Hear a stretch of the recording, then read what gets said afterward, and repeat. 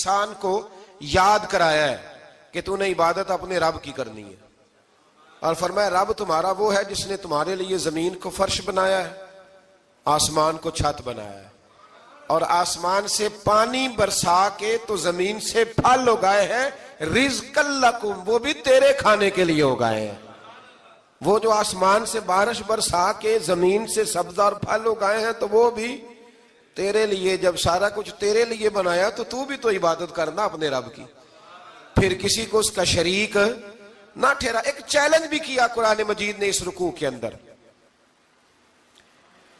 کہا کرتے تھے مکے کے لوگ کہ آپ قرآن مجید کی آیتیں نبی کریم علیہ السلام سے کہا کرتے تھے کہ معاذ اللہ آپ خود بناتے ہیں، بنا کے لاتے ہیں، تو اللہ کریم نے فرمایا وَإِن كُنتُمْ فِي رَيْبٍ مِّمَّا نَزَّلْنَا عَلَىٰ عَبْدِنَا فَأْتُوا بِسُورَةٍ مِّن مِّثْلِهِ، اگر تمہیں شک ہو نا اس میں جو ہم نے بندہ خاص پہ نازل کیا ہے تو تم بھی اس جیسی ایک صورت بنا کے لاؤ۔ پڑھے لکھے تو تم بھی ہو نا، مکے میں تم بھی رہتے ہو، تو ایک صورت بنا کے لاؤ۔ قرآن مجید ہم سے چھینا گیا ہے سازش کے تحت، اس لیے کہ جس قوم کو قرآن آ جاتا ہے نا پھر کوئی کافر اس کا مقابلہ نہیں کر سکتا۔ دیکھیں نا اگر کافروں کے پاس جواب ہوتا قرآن پاک کا تو بدر اور احد میں نا کوئی آیت بنا کے لاتے، قرآن کے مقابلے کی تلواریں لے کے نہ آتے، ان کے پاس جواب ہی نہیں تھا۔ اور قیامت تک کسی کافر کے پاس قرآن مجید کا کوئی جواب، قرآن کا کوئی جواب، قسم اللہ کی جواب کوئی نہیں، قرآن کا اس کا کوئی جواب نہیں۔ کیا بات ہے قرآن پاک کی۔ وہ ایک دفعہ مسلمہ کذاب بے ایمان کہنے لگا میں نے بنا لیا ہے قرآن پاک کا جواب، معاذ اللہ۔ جواب کیا بنایا؟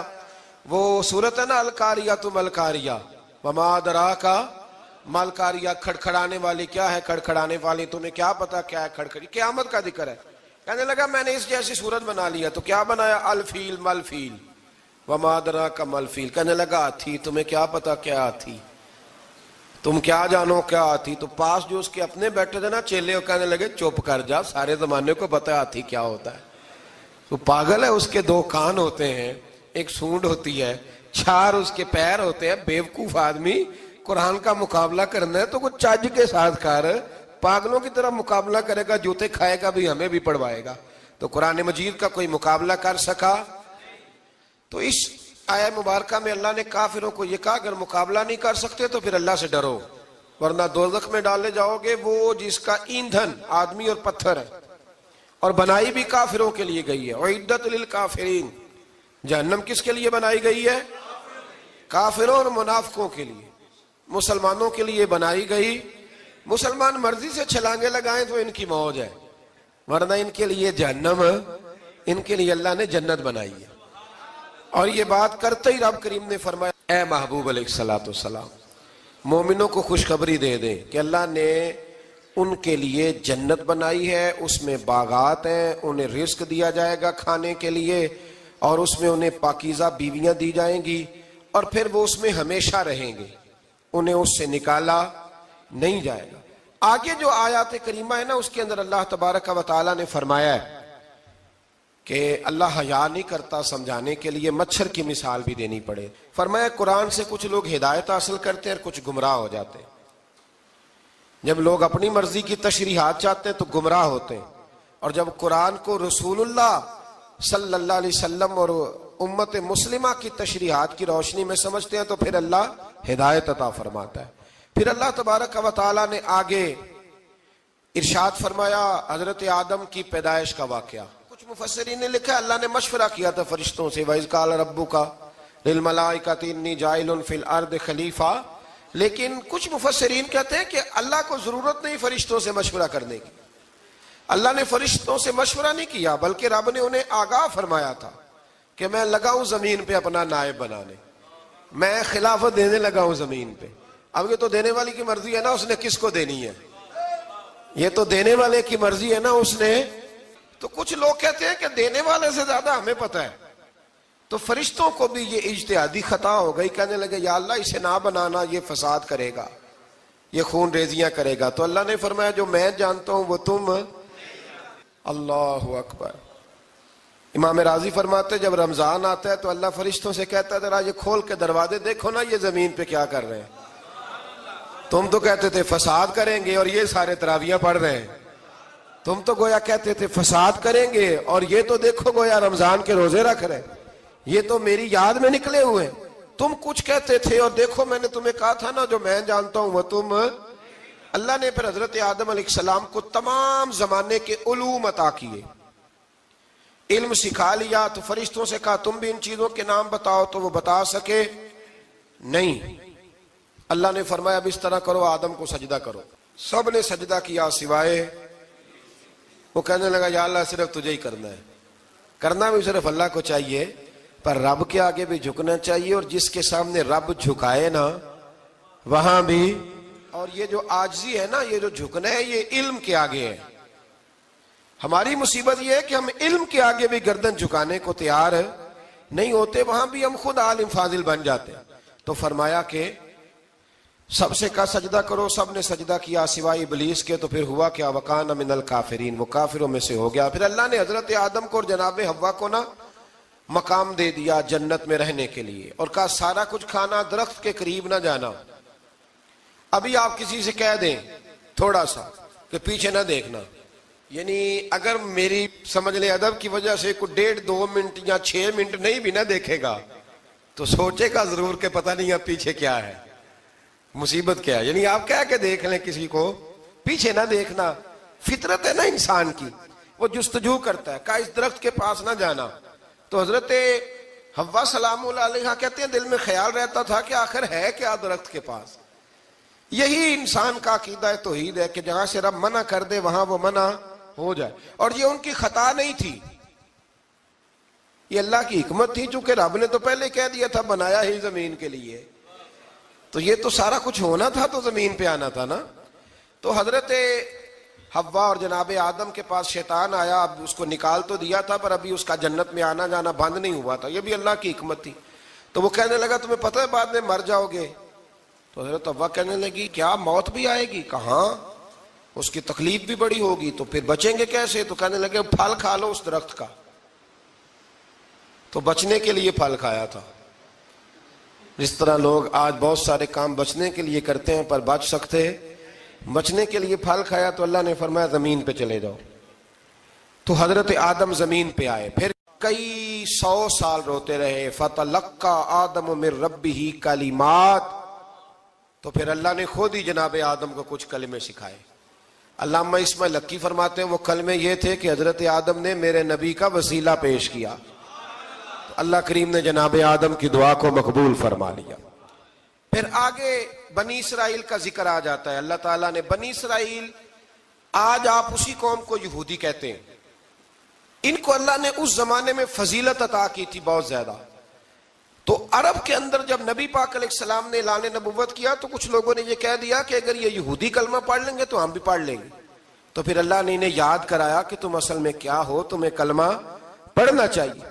تو اہل یہود کا تذکرہ کرتے کرتے رب کریم نے ایک بات یہ بھی ارشاد فرمائی کہ تم لوگوں کو تو کہتے رہے ہو کہ وہ نبی آنے والے ہیں، وہ نبی آنے والے ہیں، اور جب آ گئے ہیں تو ماننے کو تیار نہیں ہو۔ تو فرمایا تأمرون الناس بالبر وتنسون انفسکم وانتم تتلون الکتاب، لوگوں کو بھلائی کا حکم دیتے ہو اور اپنے آپ کو بھول جاتے ہو، افلا تعقلون، تمہیں عقل نہیں؟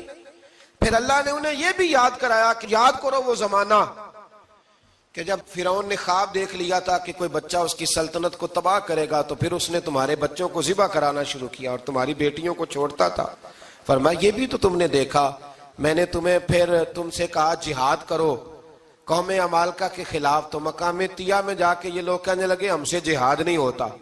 اللہ نے انہیں ایک میدان میں قید کر دیا۔ بڑی دلچسپ بات، قید تو لوگ ہوتے ہیں نا چار دیواری میں، تو اللہ نے بنی اسرائیل والوں کو جب انہوں نے کہا جہاد نہیں کریں گے تو اللہ نے میدان میں قید کر دیا۔ میدان میں، یہ یاد رکھیں، جب انسان اللہ کی نافرمانی کرتا ہے تو اسے ایسی قید ملتی ہے جس کا اس نے تصور بھی نہیں کیا ہوتا۔ ایک میدان ہے مقام طیہ، قید ہو گئے، سارا دن سفر کرتے تھے، سارا دن، تو رات کو تھک کے سوتے تھے، صبح اٹھتے تھے نا جب، تو وہیں ہوتے تھے جہاں کل صبح چلے تھے۔ تو رب جب کسی کو قیدی بناتا ہے تو اسے زنجیروں کی، سلاخوں کی ضرورت، دعا فرمائے اللہ تبارک و تعالی غموں سے نجات عطا فرمائے، یہ دعا فرمائے۔ ایسی قید دیتا ہے کہ جس سے پھر چھٹکارا ہو سکتا تو بنی اسرائیل کا بہت زیادہ تذکرہ اس پارے میں اللہ تبارک و تعالیٰ نے پھر بیان کیا، اور پھر کہا کہ انہیں جو حکم دیا جاتا تھا یہ اس کی سرتابی کرتے تھے، پھر اللہ نے ان پر ذلت نازل کر دی اور یہ ہمیشہ اس کا شکار رہے۔ قوم سبت کا ذکر فرمایا اللہ نے، ہفتے والے دن کچھ لوگ نافرمانی کرتے تھے۔ ہمارے بھی ہیلے بہانے ہیں نا آج کل کاروبار میں، تو اسی سپارے کی آیت نمبر 65 کے اندر اللہ تعالیٰ نے حضرت داؤد کی قوم کا ذکر کیا کہ اللہ نے انہیں حکم دیا تھا کہ ہفتے والے دن مچھلیاں نہیں پکڑنی، تو وہ کہتے تھے چلو ہاتھ لگا کے نہیں پکڑنی، ہاتھ لگا کے۔ وہ ہمارے لوگ ہیلے بہانے تلاش کر لیتے ہیں نا، وہ بڑے جناب انشورنس والا آ گیا، اب وہ بینک والا آ گیا، وہ فلانے صاحب آ گئے، وہ تروڑ مروڑ کے کہانیاں باتیں، اور پھر ہمیں بھی رستے مل جاتے ہیں بچنے کے۔ مفتی صاحب نے کہہ دیا تھا، ایک مولانا سے میں نے ان کو کہا ہفتے والے دن مچھلیاں نہیں پکڑنی، کہا نہیں پکڑتے، چھوٹے چھوٹے حوض بنا لیے تو مچھلیاں زیادہ آتی تھی اس دن۔ یہ بھی اللہ کی قدرت تھی، نماز کے وقت گاہک زیادہ آتے ہیں، یہ اس کی قدرت ہوتی ہے۔ تو وہ مچھلیاں حوض میں جمع ہو جاتی ہیں، یوں سمجھ لیں کہ جال انہوں نے لگا لیے ہوئے تھے، تو جال میں وہ پھنستی رہتی تھی، حوضوں میں آتی رہتی تھی۔ ہفتے کو نہیں پکڑتے تھے، اتوار کو پکڑ لیتے تھے، تو پھر اللہ نے انہیں سزا دی۔ فرمایا تماشے کرتے ہو اللہ کے حکم کے ساتھ، کیا سزا دی؟ فَقُلْنَا لَهُمْ كُونُوا قِرَادَةً خَاسِئِينَ، فرمایا بندر بن جاؤ دھتکارے ہوئے۔ جو رزق حرام طریقے سے کماتے تھے رب انہیں بندر بنا دیتا تھا۔ ابھی بھی میں نے دیکھے ہیں بڑے بڑے تاجر پاگلوں جیسی زندگی گزار رہے ہیں، نفسیاتی طور پہ سکون نہیں ہے، کروڑوں روپیہ پڑا ہے۔ کیوں؟ اس لیے کہ رب کے بتائے ہوئے طریقے کے مطابق تجارت نہیں کرتے۔ آگے ایک اور دلچسپ بات آ گئی، بنی اسرائیل کے اندر نا ایک شخص نے اپنے چچا کو قتل کر دیا جائیداد کے لیے۔ یہ دیکھیں کب سے لوگ جائیداد کے لیے قتل کرتے آ رہے ہیں۔ چچا کو قتل کر دیا، اور قتل کر کے حضرت موسیٰ علیہ السلام کے پاس آئے کہ میرے چچا کو کسی نے قتل کر دیا ہے، تو بتائیں کیا کرنا ہے؟ تو آپ نے فرمایا کہ گائے ذبح کرو، اور اس کا ایک ٹکڑا مقتول کو مارو، مرنے والے کو، وہ خود اٹھ کے بتا دے گا مجھے کس نے قتل کیا ہے۔ اب ارادہ نہیں تھا گائے ذبح کرنے کا، تو بہانے کرنے لگے۔ ارادہ نہیں نہ ہوتا تو پھر کیا ہوتے ہیں؟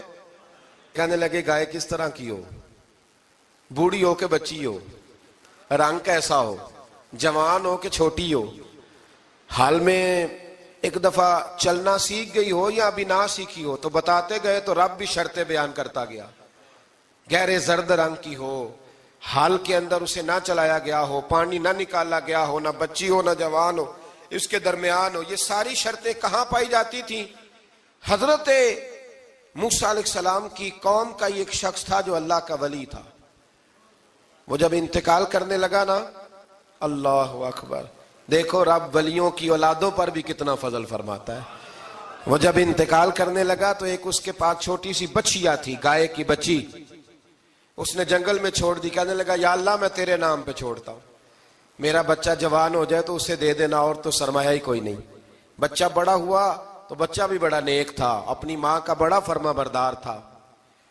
اس کی ماں نے کہا بیٹا تیرے باپ نے ایک گائے چھوڑی تھی، تو بچہ جنگل میں گیا اور جا کے کہنے لگا اے اللہ میری گائے مجھ سے ملا دے۔ تو رب کریم نے وہ گائے واپس کر دی، وہ گائے گھر لے آیا۔ اب وہ کہنے لگا اماں بیچ دوں، تو اماں کہنے لگی بیٹا میرے پوچھے بغیر نہ بیچنا۔ کئی دفعہ گاہک لگے پر اس نے کہا جب تک میری اماں نہ کہے گی میں بیچوں گا۔ ادھر بنی اسرائیل والے شرطیں جتنی گائے کے بارے میں پوچھ چکے تھے وہ ساری اسی گائے میں پائی جاتی تھی۔ تو یہ ڈھونڈتے ڈھونڈتے وہاں پہنچ گئے، تو کہنے لگے گائے چاہیے۔ تو اس نے کہا بھی تمہاری مرضی سے نہیں، قیمت میری مرضی کی۔ ایک مفسر نے تو یہاں تک لکھا ہے کہ اس نے کہا گائے ذبح کر کے نا، تو جتنا گائے کے اندر گوشت ہوگا نا اتنا ہی کھال کے اندر تم مجھے مال بھر کے دو گے، اتنے ہی سکے بھر کے دو گے، اتنی اشرفیاں بھر کے دو گے، تو پھر تمہیں گائے دوں گا۔ تو پھر یہ گائے انہیں ملی اور یہ گائے لے کر کے آئے۔ زیادہ سوالات نہ کرتے تو زیادہ الجھتے نہ۔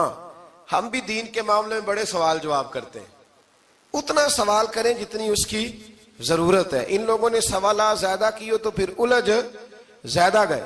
تو میرے بھائی اس کا ذکر بھی اللہ تبارک و تعالیٰ نے پہلے پارے کے اندر بیان فرمایا۔ پھر اللہ کریم نے فرمایا کہ کچھ ایسے لوگ بھی ہیں یہودیوں میں سے جن کا دعویٰ ہو گیا ہے کہ ہم اللہ کے بڑے پیارے ہیں، فرمایا یہ صرف ان کے منہ کی باتیں، یہ تو قیامت میں پتہ چلے گا نا کہ اللہ کا پیار کس کے ساتھ زیادہ ہے۔ اور پھر یہ بھی یہودیوں نے دعویٰ کیا ہے، اسی پارے میں اللہ فرماتے ہیں کہ ان کا دعویٰ ہے کہ ہم اللہ کے بڑے پیارے ہیں، جنت میں ہم ہی جائیں گے، تو اللہ فرماتا ہے پھر مرنے کی دعا تو کرو، جنت میں تو مر کے جانا ہے نا۔ لیکن رب فرماتے ہیں یہ کبھی مرنے کی دعا نہیں کریں گے، اس لیے کہ انہیں پتہ ہے کہ ہم نے آخرت کے لیے کیا بھیجا۔ لیکن جی پہلا حکم آ گیا یا ایھا الذین آمنوا کہہ کے، پہلی آیت قرآن پاک کی پہلے سپارے میں پہلی آیت جس میں اللہ نے کہا یا ایھا الذین آمنوا، تو پہلا حکم آمنو کہہ کے آیت نمبر 104 میں جو اللہ نے حکم دیا ہے نا، وہ نبی پاک کی تعظیم کا حکم ہے۔ پہلا حکم ہی اللہ نے حضور کی عزت اور ناموس کا ارشاد فرمایا، پہلا اس ترتیب کے لحاظ سے۔ وہ ہوا یہ کہ جب نبی پاک کو بات ارشاد کرتے تو صحابہ کرام اٹھ کے عرض کرتے رائینا یا رسول اللہ، حضور سمجھ نہیں آئی ذرا رعایت کر دیں۔ تو یہودیوں کی عبرانی زبان کے اندر نہ ذرا کھینچ کے پڑھتے تھے رائینا، تو اس کا معنی بنتا تھا معاذ اللہ اے ہمارے چرواہے، بکریاں چرانے والے کو بھی وہ رائینا کہتے تھے۔ تو جب صحابہ یہ کہنے لگے تو اللہ نے منع ہی کر دیا، فرمایا میرے محبوب کے غلاموں، اس لفظ کے پیچھے چھپ کے، اس لفظ کے پیچھے چھپ کے لوگ میرے نبی کی بے ادبی کر جاتے ہیں، تو جس لفظ کا کوئی ایک معنی بے ادبی والا بنتا ہو وہ لفظ بھی میرے نبی کے لیے نہ کہو، لفظ وہ والے کہو جس میں کوئی بے ادبی کا معنی نکلے نہ۔ یہاں لوگوں نے بڑے بڑے لفظ نہیں بول دیے، پھر کہتے میرا مطلب یہ تھا، میرا مطلب وہ تھا، تو نے وہ لفظ بولا کیوں جس کا کوئی غلط مطلب بھی نکل سکتا تھا۔ اللہ نے فرمایا یا ایھا الذین آمنوا لا تقولوا رائینا، اے ایمان والو رائینا کہو ہی نہ۔ تو یا اللہ کیا کہیں؟ فرمایا وقولوا انظرنا، تم کہو یا رسول اللہ ایک نظر فرمائیے، انداز دیکھیے، انظرنا ایک نظر۔ تو ہمارے بزرگ تو پہلے ہی بڑے پیار والوں نے کہہ دیا یا رسول اللہ انظر حالنا، کہتے کہاں سے لاتے ہو جملے؟ میں نے کہا اللہ کی کتاب سے، یا رسول اللہ انظر حالنا یا حبیب اللہ اسمع قالا، تو تم کہو انظرنا، محبوب نظر کرم کریں، واسمعوا، اور کیا ضرورت ہے دوبارہ پوچھنے کی؟ اللہ کہتا ہے پہلے ہی دھیان سے سنا کرو، پہلے ہی واسمعوا، پہلے ہی احتیاط سے سنو، وللکافرین عذاب علیم، اور کافروں کے لیے دردناک عذاب ہے۔ لے جی اسی پارے میں اللہ تبارک و تعالیٰ نے پھر اہل یہود کا ذکر کیا، تو یہود کہنے لگے کہ ہم حضرت ابراہیم کے ماننے والے ہیں، تو اللہ کریم نے وہ بھی ذکر کیا کہ میں نے تو ابراہیم کو آزمایا ہے، وَإِذِ ابْتَلَىٰ إِبْرَاهِيمَ رَبُّهُ بِكَلِمَاتٍ فَأَتَمَّهُنَّ، ہم نے ابراہیم کو کچھ چیزوں سے آزمایا ہے، وہ ہماری آزمائش پہ پورے اترے۔ قَالَ إِنِّي جَاعِلُكَ لِلنَّاسِ إِمَامًا، تو پھر ہم نے انہیں کہا کہ ہم آپ کو پوری دنیا کا امام بنائیں گے۔ وہ آزمائش کیا تھی؟ آگ میں جانا بھی آزمائش، بیٹے کا نہ ہونا بھی آزمائش، بیٹا ہوا تو پھر اسے وادی غیر ذی زرع ان میں چھوڑ کے آنا بھی آزمائش، بڑا ہوا تو پھر ذبح کرنا بھی آزمائش۔ فرمایا جہاں جہاں آزمایا ہے نا، ابراہیم ہماری آزمائش میں پورے اترے۔ فرمایا تو مفت میں حضرت ابراہیم کی اولاد بنتے ہو اور ان کا نام لیتے ہو اور ان کے ساتھ اپنا تعلق بناتے ہو، دیکھو تو صحیح وہ کتنی آزمائشوں سے گزرے۔ تو اس کا بھی اللہ نے اسی میں ذکر فرمایا۔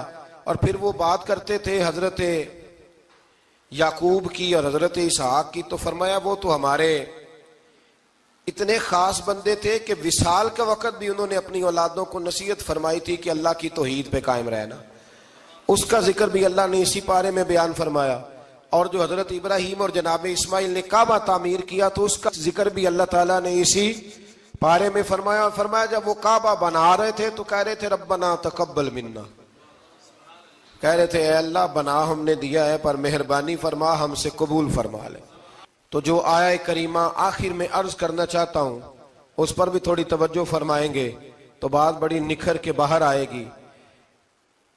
یہ 16ویں رکوع کے اندر اللہ نے پھر یہود کا اور عیسائیت کا ذکر فرمایا، تو اللہ کریم نے ایک بات ارشاد فرمائی، یہودیوں کے ہاں جب کوئی بچہ پیدا ہوتا تھا پیلے رنگ کے ساتھ اس کو رنگتے تھے، یا کوئی خاص رنگ تھا ان کا، بچہ پیدا ہوتا تو اس پر وہ رنگ چڑھاتے کہ یہ جی ہمارے مذہب کا رنگ ہے۔ ہمارے ہاں بھی رسمیں ہیں نا اپنی اپنی، معاذ اللہ اپنی اپنی نہیں ہونی چاہیے، اللہ رسول کا حکم ہونا چاہیے۔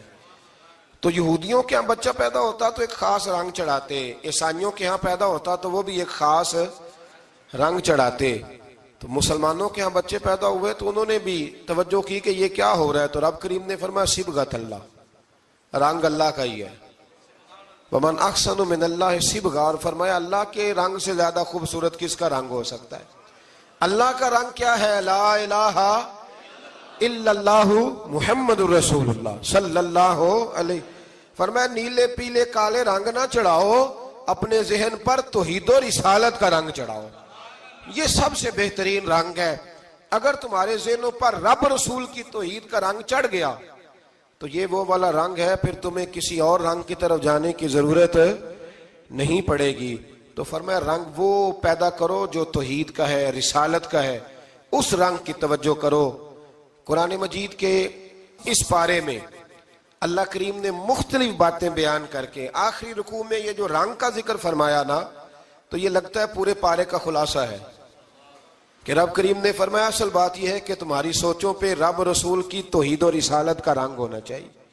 ہر وقت بچہ پیدا ہو، کوئی دنیا سے جائے تو رنگ کس کا ہونا چاہیے؟ اللہ رسول کے. اور فرمایا رب تمہارا وہ ہے جس نے تمہارے لیے زمین کو فرش بنایا ہے، آسمان کو چھت بنایا ہے، اور آسمان سے پانی برسا کے تو زمین سے پھل اگائے ہیں رزقا لکم، وہ بھی تیرے کھانے کے لیے اگائے ہیں.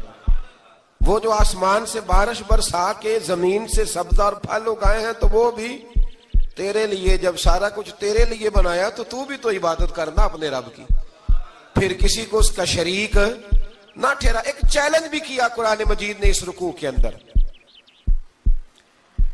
کہا کرتے تھے مکے کے لوگ کہ آپ قرآن مجید کی آیتیں نبی کریم علیہ السلام سے کہا کرتے تھے کہ معاذ اللہ آپ خود بناتے ہیں، بنا کے لاتے ہیں. تو اللہ کریم نے فرمایا وَإِن كُنتُمْ فِي رَيْبٍ مِّمَّا نَزَّلْنَا عَلَىٰ عَبْدِنَا فَأْتُوا بِسُورَةٍ مِّن مِّثْلِهِ، اگر تمہیں شک ہو نا اس میں جو ہم نے بندہ خاص پہ نازل کیا ہے تو تم بھی اس جیسی ایک صورت بنا کے لاؤ.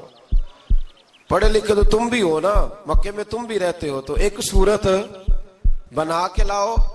قرآن مجید ہم سے چھینا گیا ہے سازش کے تحت، اس لیے کہ جس قوم کو قرآن آ جاتا ہے نا پھر کوئی کافر اس کا مقابلہ نہیں کر سکتا. دیکھیں نا اگر کافروں کے پاس جواب ہوتا قرآن پاک کا تو بدر اور احد میں نا کوئی آیت بنا کے لاتے قرآن کے مقابلے کی، تلواریں لے کے نہ آتے. ان کے پاس جواب ہی نہیں تھا.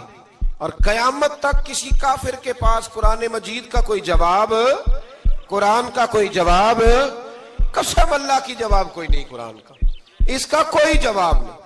کیا بات ہے قرآن پاک کی. وہ ایک دفعہ مسلمہ کذاب بے ایمان کہنے لگا میں نے بنا لیا ہے قرآن پاک کا جواب. معاذ اللہ. جواب کیا بنایا؟ وہ سورت ہے نا القاریۃ ما القاریۃ وما ادراک ما القاریۃ، کھڑکھڑانے والی. کیا ہے کھڑکھڑانے والی؟ تمہیں کیا پتا کیا ہے کھڑکھڑی؟ قیامت کا ذکر ہے. کہنے لگا میں نے اس جیسی صورت بنا لیا. تو کیا بنایا؟ الفیل ملفیل وما ادراک ما الفیل. کہنے لگا ہاتھی. تمہیں کیا پتا کیا ہاتھی؟ تم کیا جانو کیا ہاتھی؟ تو پاس جو اس کے اپنے بیٹھے تھے نا چیلے، کہنے لگے چپ کر جا، سارے زمانے کو پتا ہے ہاتھی کیا ہوتا ہے. تو پاگل ہے، اس کے دو کان ہوتے ہیں، ایک سونڈ ہوتی ہے، چار اس کے پیر ہوتے ہیں. بیوقوف آدمی قرآن کا مقابلہ کرنا ہے تو کچھ چج کے ساتھ کر. پاگلوں کی طرح مقابلہ کرے گا، جوتے کھائے گا بھی ہمیں بھی پڑھوائے گا. تو قرآن مجید کا کوئی مقابلہ کر سکا؟ تو اس آیہ مبارکہ میں اللہ نے کافروں کو یہ کہا اگر مقابلہ نہیں کر سکتے تو پھر اللہ سے ڈرو ورنہ دوزخ میں ڈالے جاؤ گے. وہ جس کا ایندھن آدمی اور پتھر ہے، اور بنائی بھی کافروں کے لیے گئی ہے. اعدت للکافرین، جہنم کس کے لیے بنائی گئی ہے؟ کافروں اور منافقوں کے لیے. مسلمانوں کے لیے بنائی گئی. مسلمان مرضی سے چھلانگے لگائیں تو ان کی موج ہے، ورنہ ان کے لیے جہنم، ان کے لیے اللہ نے جنت بنائی ہے. اور یہ بات کرتے ہی رب کریم نے فرمایا اے محبوب علیہ الصلوۃ والسلام مومنوں کو خوشخبری دے دیں کہ اللہ نے ان کے لیے جنت بنائی ہے، اس میں باغات ہیں، انہیں رزق دیا جائے گا کھانے کے لیے، اور اس میں انہیں پاکیزہ بیویاں دی جائیں گی، اور پھر وہ اس میں ہمیشہ رہیں گے، انہیں اس سے نکالا نہیں جائے گا. آگے جو آیات کریمہ ہے نا اس کے اندر اللہ تبارک و تعالیٰ نے فرمایا ہے کہ اللہ حیا نہیں کرتا سمجھانے کے لیے مچھر کی مثال بھی دینی پڑے. فرمایا قرآن سے کچھ لوگ ہدایت حاصل کرتے ہیں اور کچھ گمراہ ہو جاتے ہیں. جب لوگ اپنی مرضی کی تشریحات چاہتے ہیں تو گمراہ ہوتے ہیں، اور جب قرآن کو رسول اللہ صلی اللہ علیہ وسلم اور امت مسلمہ کی تشریحات کی روشنی میں سمجھتے ہیں تو پھر اللہ ہدایت عطا فرماتا ہے۔ پھر اللہ تبارک و تعالیٰ نے آگے ارشاد فرمایا حضرت آدم کی پیدائش کا واقعہ۔ کچھ مفسرین نے لکھا اللہ نے مشورہ کیا تھا فرشتوں سے، وَإِذْ قَالَ رَبُّكَ لِلْمَلَائِكَةِ إِنِّي جَاعِلٌ فِي الْأَرْضِ خَلِيفَةً، لیکن کچھ مفسرین کہتے ہیں کہ اللہ کو ضرورت نہیں فرشتوں سے مشورہ کرنے کی، اللہ نے فرشتوں سے مشورہ نہیں کیا، بلکہ رب نے انہیں آگاہ فرمایا تھا کہ میں لگا ہوں زمین پہ اپنا نائب بنانے، میں خلافت دینے لگا ہوں زمین پہ۔ اب یہ تو دینے والی کی مرضی ہے نا، اس نے کس کو دینی ہے، یہ تو دینے والے کی مرضی ہے نا اس نے۔ تو کچھ لوگ کہتے ہیں کہ دینے والے سے زیادہ ہمیں پتہ ہے، تو فرشتوں کو بھی یہ اجتہادی خطا ہو گئی، کہنے لگے یا اللہ اسے نہ بنانا، یہ فساد کرے گا، یہ خون ریزیاں کرے گا۔ تو اللہ نے فرمایا جو میں جانتا ہوں وہ تم، اللہ اکبر۔ امام راضی فرماتے جب رمضان آتا ہے تو اللہ فرشتوں سے کہتا ہے ذرا یہ کھول کے دروازے دیکھو نا یہ زمین پہ کیا کر رہے ہیں، تم تو کہتے تھے فساد کریں گے اور یہ سارے تراویحیں پڑھ رہے ہیں، تم تو گویا کہتے تھے فساد کریں گے اور یہ تو دیکھو گویا رمضان کے روزے رکھ رہے ہیں، یہ تو میری یاد میں نکلے ہوئے، تم کچھ کہتے تھے اور دیکھو میں نے تمہیں کہا تھا نا جو میں جانتا ہوں وہ تم۔ اللہ نے پھر حضرت آدم علیہ السلام کو تمام زمانے کے علوم عطا کیے، علم سکھا لیا۔ تو فرشتوں سے کہا تم بھی ان چیزوں کے نام بتاؤ، تو وہ بتا سکے نہیں۔ اللہ نے فرمایا اب اس طرح کرو آدم کو سجدہ کرو، سب نے سجدہ کیا سوائے، وہ کہنے لگا یا اللہ صرف تجھے ہی کرنا ہے، کرنا بھی صرف اللہ کو چاہیے، پر رب کے آگے بھی جھکنا چاہیے، اور جس کے سامنے رب جھکائے نا وہاں بھی۔ اور یہ جو عاجزی ہے نا، یہ جو جھکنا ہے، یہ علم کے آگے ہے۔ ہماری مصیبت یہ ہے کہ ہم علم کے آگے بھی گردن جھکانے کو تیار نہیں ہوتے، وہاں بھی ہم خود عالم فاضل بن جاتے ہیں۔ تو فرمایا کہ سب سے کہا سجدہ کرو، سب نے سجدہ کیا سوائے ابلیس کے، تو پھر ہوا کیا وَكَانَ مِنَ الْكَافِرِينَ، وہ کافروں میں سے ہو گیا۔ پھر اللہ نے حضرت آدم کو اور جناب حوا کو نا مقام دے دیا جنت میں رہنے کے لیے، اور کہا سارا کچھ کھانا، درخت کے قریب نہ جانا۔ ابھی آپ کسی سے کہہ دیں تھوڑا سا کہ پیچھے نہ دیکھنا، یعنی اگر میری سمجھ لیں ادب کی وجہ سے کوئی 1.5-2 منٹ یا 6 منٹ نہیں بھی نہ دیکھے گا تو سوچے گا ضرور کہ پتہ نہیں اب پیچھے کیا ہے، مصیبت کیا ہے۔ یعنی آپ کہہ کے دیکھ لیں کسی کو، پیچھے نہ دیکھنا، فطرت ہے نا انسان کی، وہ جستجو کرتا ہے، کہا اس درخت کے پاس نہ جانا۔ تو حضرت حوا سلام اللہ علیہ کہتے ہیں دل میں خیال رہتا تھا کہ آخر ہے کیا درخت کے پاس۔ یہی انسان کا عقیدہ توحید ہے کہ جہاں سے رب منع کر دے وہاں وہ منع ہو جائے، اور یہ ان کی خطا نہیں تھی، یہ اللہ کی حکمت تھی، چونکہ رب نے تو پہلے کہہ دیا تھا بنایا ہی زمین کے لیے، تو یہ تو سارا کچھ ہونا تھا تو زمین پہ آنا تھا نا۔ تو حضرت حوا اور جناب آدم کے پاس شیطان آیا، اب اس کو نکال تو دیا تھا پر ابھی اس کا جنت میں آنا جانا بند نہیں ہوا تھا، یہ بھی اللہ کی حکمت تھی۔ تو وہ کہنے لگا تمہیں پتہ ہے بعد میں مر جاؤ گے؟ تو حضرت حوا کہنے لگی کیا موت بھی آئے گی؟ کہاں، اس کی تکلیف بھی بڑی ہوگی، تو پھر بچیں گے کیسے؟ تو کہنے لگے پھل کھا لو اس درخت کا۔ تو بچنے کے لیے پھل کھایا تھا۔ جس طرح لوگ آج بہت سارے کام بچنے کے لیے کرتے ہیں پر بچ سکتے، بچنے کے لیے پھل کھایا تو اللہ نے فرمایا زمین پہ چلے جاؤ۔ تو حضرت آدم زمین پہ آئے، پھر کئی 100 سال روتے رہے۔ فَتَلَقَّى آدَمُ مِن رَبِّهِ کَلِمَاتٍ، تو پھر اللہ نے خود ہی جناب آدم کو کچھ کلمے سکھائے۔ علامہ اسماعیل لکی فرماتے ہیں وہ کلمے یہ تھے کہ حضرت آدم نے میرے نبی کا وسیلہ پیش کیا، تو اللہ کریم نے جناب آدم کی دعا کو مقبول فرما لیا۔ پھر آگے بنی اسرائیل کا ذکر آ جاتا ہے۔ اللہ تعالیٰ نے بنی اسرائیل، آج آپ اسی قوم کو یہودی کہتے ہیں، ان کو اللہ نے اس زمانے میں فضیلت عطا کی تھی بہت زیادہ۔ تو عرب کے اندر جب نبی پاک علیہ السلام نے اعلان نبوت کیا تو کچھ لوگوں نے یہ کہہ دیا کہ اگر یہ یہودی کلمہ پڑھ لیں گے تو ہم بھی پڑھ لیں گے۔ تو پھر اللہ نے انہیں یاد کرایا کہ تم اصل میں کیا ہو، تمہیں کلمہ پڑھنا چاہیے۔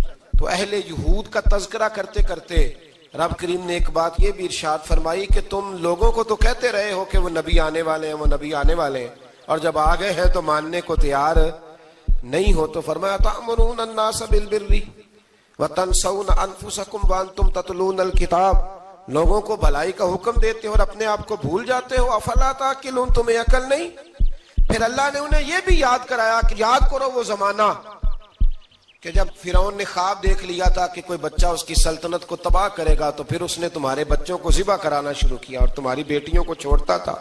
فرمایا یہ بھی تو تم نے دیکھا, میں نے تمہیں پھر تم سے کہا جہاد کرو قوم عمالقہ کے خلاف, تو مقام طیہ میں جا کے یہ لوگ کہنے لگے ہم سے جہاد نہیں ہوتا. اللہ نے انہیں ایک میدان میں قید کر دیا. بڑی دلچسپ بات, قید تو لوگ ہوتے ہیں نا چار دیواری میں, تو اللہ نے بنی اسرائیل والوں کو جب انہوں نے کہا جہاد نہیں کریں گے تو اللہ نے میدان میں قید کر دیا. میدان میں, یہ یاد رکھیں, جب انسان اللہ کی نافرمانی کرتا ہے تو اسے ایسی قید ملتی ہے جس کا اس نے تصور بھی نہیں کیا ہوتا. ایک میدان ہے مقام طیہ, قید ہو گئے.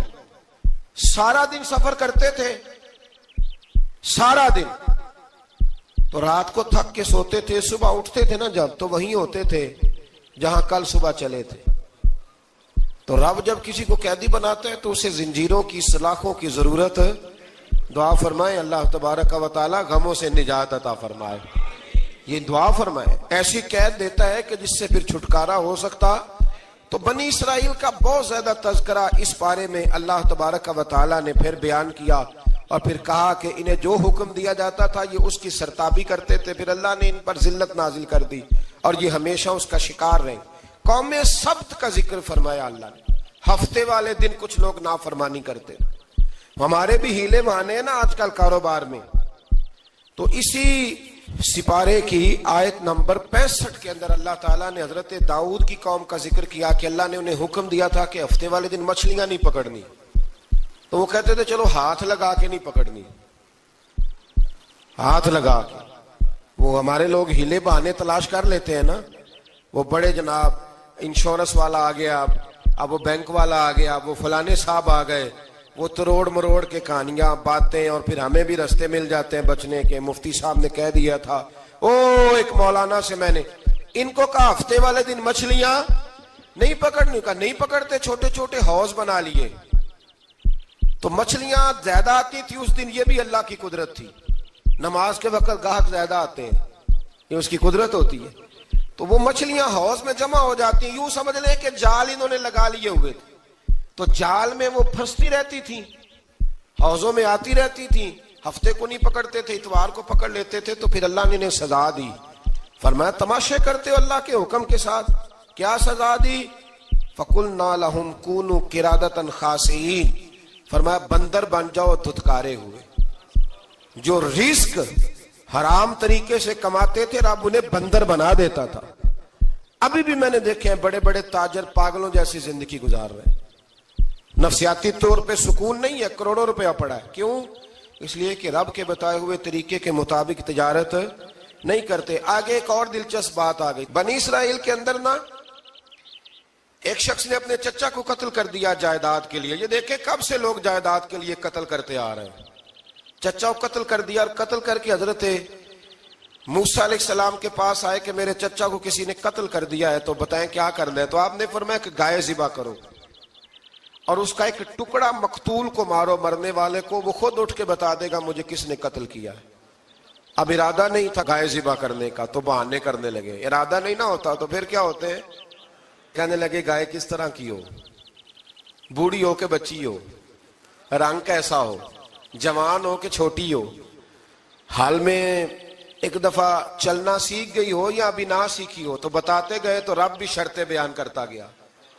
گہرے زرد رنگ کی ہو, حال کے اندر اسے نہ چلایا گیا ہو, پانی نہ نکالا گیا ہو, نہ بچی ہو نہ جوان ہو, اس کے درمیان ہو. یہ ساری شرطیں کہاں پائی جاتی تھیں؟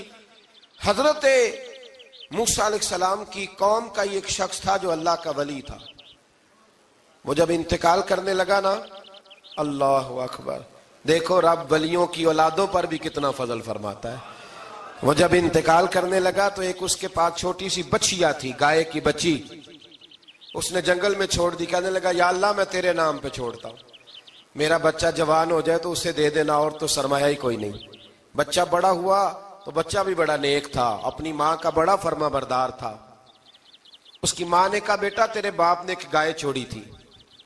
تو بچہ جنگل میں گیا اور جا کے کہنے لگا اے اللہ میری گائے مجھ سے ملا دے. تو رب کریم نے وہ گائے واپس کر دی. وہ گائے گھر لے آیا. اب وہ کہنے لگا اماں بیچ دوں, تو اماں کہنے لگی بیٹا میرے پوچھے بغیر نہ بیچنا. کئی دفعہ گاہک لگے پر اس نے کہا جب تک میری اماں نہ کہے گی میں بیچوں گا. ادھر بنی اسرائیل والے شرطیں جتنی گائے کے بارے میں پوچھ چکے تھے وہ ساری اسی گائے میں پائی جاتی تھی. تو یہ ڈھونڈتے ڈھونڈتے وہاں پہنچ گئے تو کہنے لگے گائے چاہیے. تو اس نے کہا بھی تمہاری مرضی سے نہیں, قیمت میری مرضی کی. ایک مفسر نے تو یہاں تک لکھا ہے کہ اس نے کہا گائے ذبح کر کے نا تو جتنا گائے کے اندر گوشت ہوگا نا اتنا ہی کھال کے اندر تو مجھے مال بھر کے دو گے, اتنے ہی سکے بھر کے دو گے, اتنی اشرفیاں بھر کے دو گے تو پھر تمہیں گائے دوں گا. تو پھر یہ گائے انہیں ملی اور یہ گائے لے کر کے آئے. زیادہ سوالات نہ کرتے تو زیادہ الجھتے نہ. ہم بھی دین کے معاملے میں بڑے سوال جواب کرتے ہیں, اتنا سوال کریں جتنی اس کی ضرورت ہے. ان لوگوں نے سوالات زیادہ کیے تو پھر الجھ زیادہ گئے.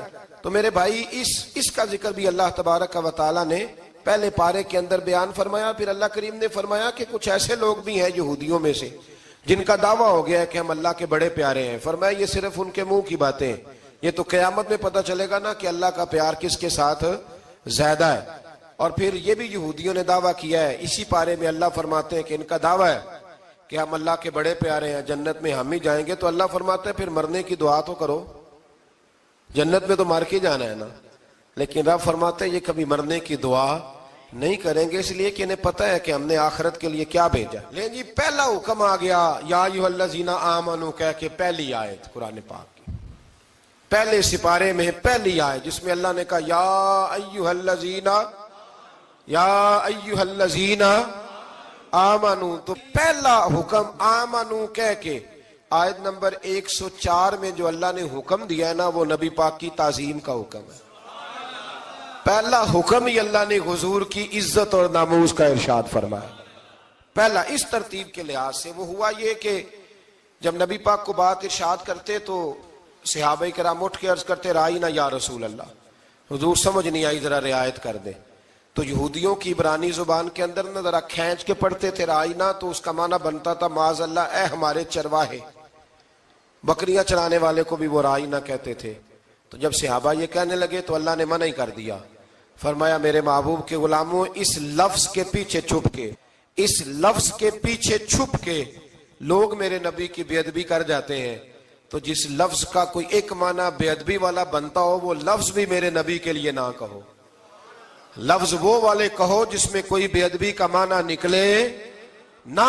یہاں لوگوں نے بڑے بڑے لفظ نہیں بول دیے, پھر کہتے میرا مطلب یہ تھا, میرا مطلب وہ تھا. تو تو نے وہ لفظ بولا کیوں جس کا کوئی غلط مطلب بھی نکل سکتا تھا. اللہ نے فرمایا یا ایھا الذین آمنوا لا تقولوا رائینا, اے ایمان والو رائینا کہو ہی نہ. تو یا اللہ کیا کہیں؟ فرمایا وقولوا انظرنا, تم کہو یا رسول اللہ ایک نظر فرمائیے. انداز دیکھیے, انظرنا ایک نظر. تو ہمارے بزرگ تو پہلے ہی بڑے پیار والوں نے کہہ دیا یا رسول اللہ انظر حالنا. کہتے کہاں سے لاتے ہو جملے؟ میں نے کہا اللہ کی کتاب سے. یا رسول اللہ انظر حالنا یا حبیب اللہ اسمع قالا. تو تم کہو انظرنا, محبوب نظر کرم کرے, واسمعوا, اور کیا ضرورت ہے دوبارہ پوچھنے کی؟ اللہ کہتا ہے پہلے ہی دھیان سے سنا کرو, پہلے ہی واسمعوا, پہلے ہی احتیاط سے سنو. وللکافرین عذاب علیم, اور کافروں کے لیے دردناک عذاب ہے. لے جی اسی پارے میں اللہ تبارک و تعالیٰ نے پھر اہل یہود کا ذکر کیا. تو یہود کہنے لگے کہ ہم حضرت ابراہیم کے ماننے والے ہیں. تو اللہ کریم نے وہ بھی ذکر کیا کہ میں نے تو ابراہیم کو آزمایا ہے. وَإِذِ ابْتَلَىٰ إِبْرَاهِيمَ رَبُّهُ بِكَلِمَاتٍ فَأَتَمَّهُنَّ, ہم نے ابراہیم کو کچھ چیزوں سے آزمایا ہے, وہ ہماری آزمائش پہ پورے اترے. قَالَ إِنِّي جَاعِلُكَ لِلنَّاسِ إِمَامًا, تو پھر ہم نے انہیں کہا کہ ہم آپ کو پوری دنیا کا امام بنائیں گے. وہ آزمائش کیا تھی؟ آگ میں جانا بھی آزمائش, بیٹے کا نہ ہونا بھی آزمائش, بیٹا ہوا تو پھر اسے وادی غیر ذی زرع ان میں چھوڑ کے آنا بھی آزمائش, بڑا ہوا تو پھر ذبح کرنا بھی آزمائش. فرمایا جہاں جہاں آزمایا ہے نا ابراہیم ہماری آزمائش میں پورے اترے. فرمایا تو مفت میں حضرت ابراہیم کی اولاد بنتے ہو اور ان کا نام لیتے اور ان کے ساتھ اپنا تعلق بناتے ہو, دیکھو تو صحیح وہ کتنی آزمائشوں سے گزرے. تو اس کا بھی اللہ نے اسی میں ذکر فرمایا. اور پھر وہ بات کرتے تھے حضرت یعقوب کی اور حضرت اسحاق کی، تو فرمایا وہ تو ہمارے اتنے خاص بندے تھے کہ وصال کا وقت بھی انہوں نے اپنی اولادوں کو نصیحت فرمائی تھی کہ اللہ کی توحید پہ قائم رہنا. اس کا ذکر بھی اللہ نے اسی پارے میں بیان فرمایا. اور جو حضرت ابراہیم اور جناب اسماعیل نے کعبہ تعمیر کیا تو اس کا ذکر بھی اللہ تعالیٰ نے اسی پارے میں فرمایا. اور فرمایا جب وہ کعبہ بنا رہے تھے تو کہہ رہے تھے ربنا تقبل منا، کہہ رہے تھے اے اللہ بنا ہم نے دیا ہے پر مہربانی فرما ہم سے قبول فرما لے. تو جو آیہ کریمہ آخر میں عرض کرنا چاہتا ہوں اس پر بھی تھوڑی توجہ فرمائیں گے تو بات بڑی نکھر کے باہر آئے گی. یہ 16ویں رکوع کے اندر اللہ نے پھر یہود کا اور عیسائیت کا ذکر فرمایا. تو اللہ کریم نے ایک بات ارشاد فرمائی. یہودیوں کے ہاں جب کوئی بچہ پیدا ہوتا تھا وہ پیلے رنگ کے ساتھ اس کو رنگتے تھے، یا کوئی خاص رنگ تھا ان کا. بچہ پیدا ہوتا تو اس پر وہ رنگ چڑھاتے کہ یہ جی ہمارے مذہب کا رنگ ہے. ہمارے ہاں بھی رسمیں ہیں نا اپنی اپنی، معاذ اللہ اپنی اپنی نہیں ہونی چاہیے، اللہ رسول کا حکم ہونا چاہیے. تو یہودیوں کے ہاں بچہ پیدا ہوتا تو ایک خاص رنگ چڑھاتے، عیسائیوں کے ہاں پیدا ہوتا تو وہ بھی ایک خاص رنگ چڑھاتے. تو مسلمانوں کے ہاں بچے پیدا ہوئے تو انہوں نے بھی توجہ کی کہ یہ کیا ہو رہا ہے. تو رب کریم نے فرمایا صبغۃ اللہ، رنگ اللہ کا ہی ہے. ومن احسن من اللہ صبغہ، اور فرمایا اللہ کے رنگ سے زیادہ خوبصورت کس کا رنگ ہو سکتا ہے. اللہ کا رنگ کیا ہے؟ لا الہ الا اللہ محمد الرسول اللہ صلی اللہ علیہ. فرمایا نیلے پیلے کالے رنگ نہ چڑھاؤ، اپنے ذہن پر توحید و رسالت کا رنگ چڑھاؤ. یہ سب سے بہترین رنگ ہے. اگر تمہارے ذہنوں پر رب رسول کی توحید کا رنگ چڑھ گیا تو یہ وہ والا رنگ ہے، پھر تمہیں کسی اور رنگ کی طرف جانے کی ضرورت نہیں پڑے گی. تو فرمایا رنگ وہ پیدا کرو جو توحید کا ہے، رسالت کا ہے، اس رنگ کی توجہ کرو. قرآن مجید کے اس پارے میں اللہ کریم نے مختلف باتیں بیان کر کے آخری رکوع میں یہ جو رنگ کا ذکر فرمایا نا، تو یہ لگتا ہے پورے پارے کا خلاصہ ہے کہ رب کریم نے فرمایا اصل بات یہ ہے کہ تمہاری سوچوں پہ رب رسول کی توحید و رسالت کا رنگ ہونا چاہیے. ہر وقت بچہ پیدا ہو کوئی دنیا سے جائے تو رنگ کس کا ہونا چاہیے؟ اللہ رسول کے دین کا.